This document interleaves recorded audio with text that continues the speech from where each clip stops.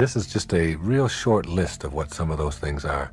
When you see yourself moving beyond that success, that performance, that achievement that so motivates your life, and begin to awaken to a new level, to a whole new level of experience.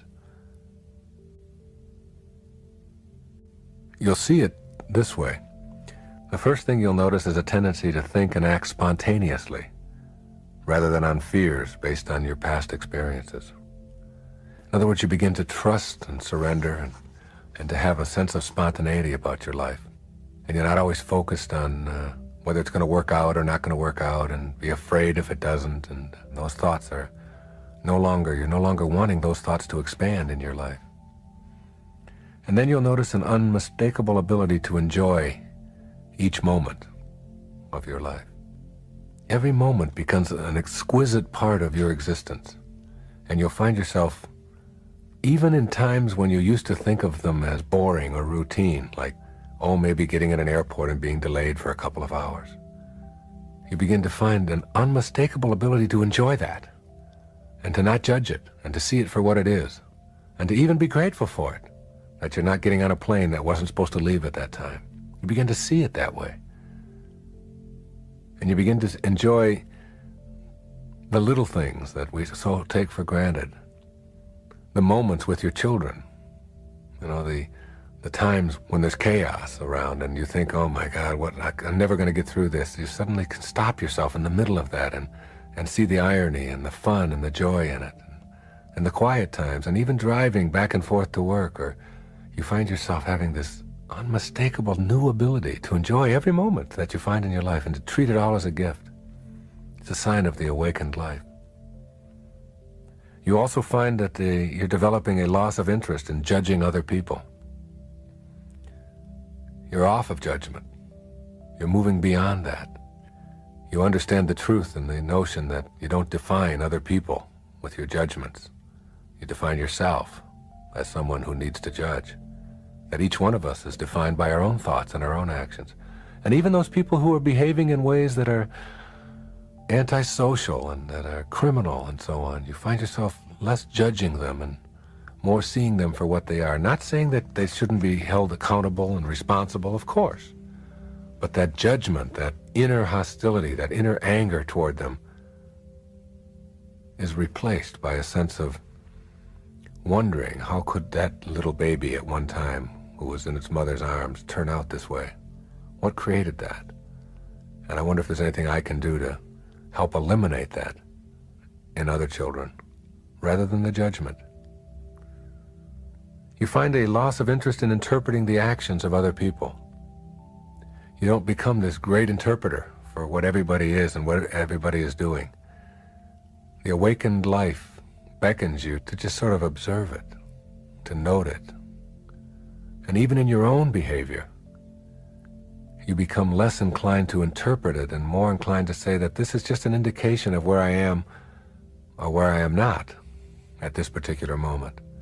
And with no need to analyze it. You see, when you analyze something, analyzing is really a violent intellectual act. When you analyze something, you have to break it apart, tear it apart and break it open and find out every little piece of it. It's like intellectually violent. The opposite of analysis is what we call synthesis. Pierre Teilhard de Chardin talked about the universal synthesizer is love. You begin to see how everything fits together. Rather than analyzing every little bit of life and interpreting everything for people, you try to do less of that and more of seeing how we all fit together. The awakened life means a loss of confrontation. You're no longer interested in it. It just isn't important to you. It's like having to prove yourself and make a contest out of everything. It's just no longer there for you. The real sense of the awakened life behind that is that you don't have to make anybody else wrong. And you don't have to make yourself right. That's the real sense of awakening, when you begin to know that there's much more to life than making a contest out of it. I noticed that when my little boy, who's 2 years old, goes out to play, any place, the only reason that he does it is for fun. I mean, he doesn't try to win. He doesn't try to beat anybody. He doesn't try to confront anybody. He just goes out to play. And we lose that in the name of confrontation and conflict.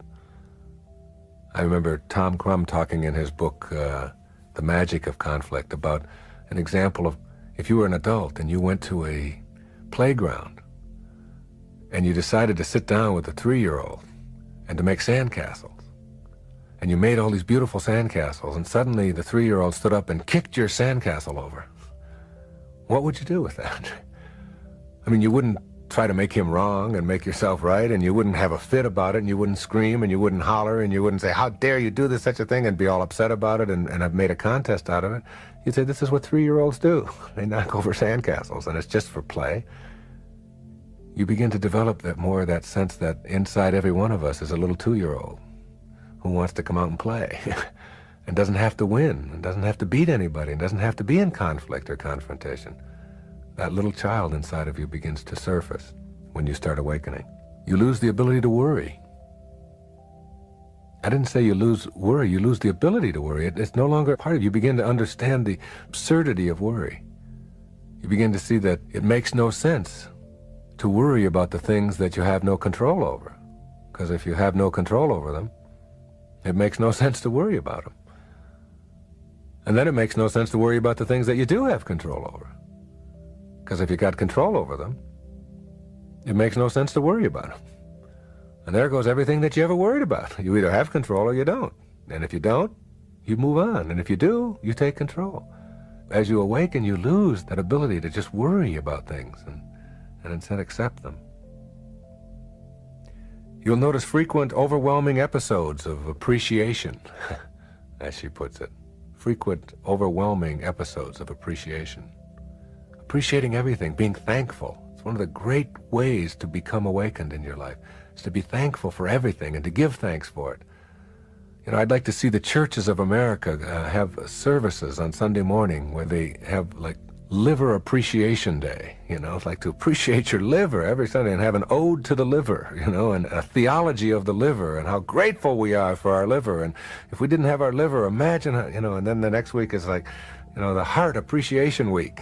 It's like appreciate every little tiny thing that is a part of what it is that makes you alive. Your teeth, your tongue, the air that you breathe, the ionosphere, the atmosphere, the ground, the sun, the stars. It's like you start having these overwhelming episodes of appreciation as you awaken, and you appreciate getting on a plane and having it take off and having it land and having a seat and having someone to serve you a drink and being able to wear clothes and everything about your life. And as you become more aware of how much you have and how much you have to be grateful for, you become less focused on scarcity and what you don't have, because your mind is focused on what you do have. And when your mind is focused on what you do have expands. You begin to develop contented feelings of connectedness with others and with nature. You begin to see that every human being that you meet any place on the planet shares being human with you and what it feels like to be human. You begin to see that there's a oneness to it all, that there's a universal mind, that you're a part of it. And you know that each one of us is connected and that on a round planet we can't choose up sides. That you begin to know that, then you treat the people that you come into contact with the same sense of reverence that you have for yourself, because you are, in fact, that person. It's why Jesus said on the cross when the spear was thrown into him, "Forgive him, Father, for he knows not what he does." The reason he knows not what he does, he doesn't know that he's throwing a spear into himself. Because every time you hurt another human being, you hurt the generic human being. You hurt all of us. And every time you send out love, you create a sense of harmony in that being. You begin to have what she called frequent attacks of smiling. You become more joyous, more merry, more contented as you awaken and get beyond all of this need to accumulate and perform and achieve, which is all wonderful. But when you go beyond it, you begin to develop an increased susceptibility to the love extended by others, as well as the uncontrollable urge to extend it to others. Love becomes what you are.